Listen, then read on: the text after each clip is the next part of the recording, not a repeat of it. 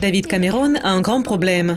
Le point d'interrogation mis sur un Brexit possible devrait être la principale préoccupation et le principal risque pour l'économie britannique en 2016. Le cabinet de M. Cameron est divisé. Ordonner à son cabinet de soutenir ses projets pour garder la Grande-Bretagne dans une Europe réformée, puis les pousser dans la direction opposée et rejoindre la campagne du Brexit. David Cameron a souligné la dynamique pour les affaires qui pourrait être convenue en février, conduisant à un référendum et au vote 4 mois plus tard.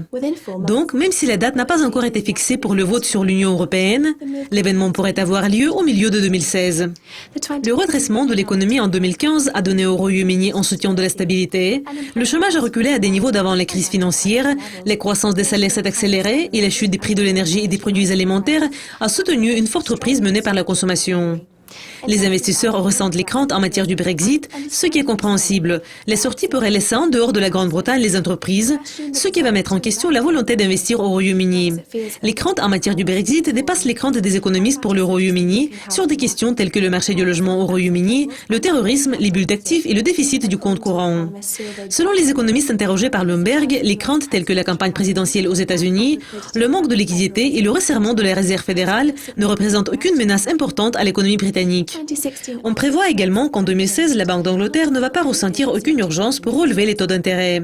Le rapport sur l'inflation de novembre a laissé entendre que le cycle de resserrement ne va pas commencer au cours de 12 prochains mois. Lorsqu'on regarde les vents contraires auxquels l'économie du Royaume-Uni devra faire face en 2016, il est compréhensible que même la Banque centrale est prudente. Et la prudence en matière de la première hausse des taux d'intérêt depuis juillet de 2007 joue sur les esprits des marchés. Les petites et moyennes entreprises à travers le Royaume-Uni prennent la possibilité du Brexit très au sérieux. Comme Mark Sismi-Durand, le PDG à Hampshire Trust Bank, a déclaré « La recherche que nous avons réalisée plus tôt cette année a révélé que les PME britanniques construisent leurs réserves en espèces poussées par le besoin perçu des plus importantes réserves de liquidité et les préoccupations au sujet de la volatilité de l'économie. » Robert Wood, l'analyste à la Bank of America Merrill Lynch, exprime ses pensées que si le Royaume-Uni connaît tant de douleurs économiques quand elle quitte l'Union européenne, cela va rendre l'Union européenne plus forte, parce qu'aucun autre pays ne voudrait jamais quitter le bloc. Les questions du Brexit devraient être au centre de l'attention en 2016.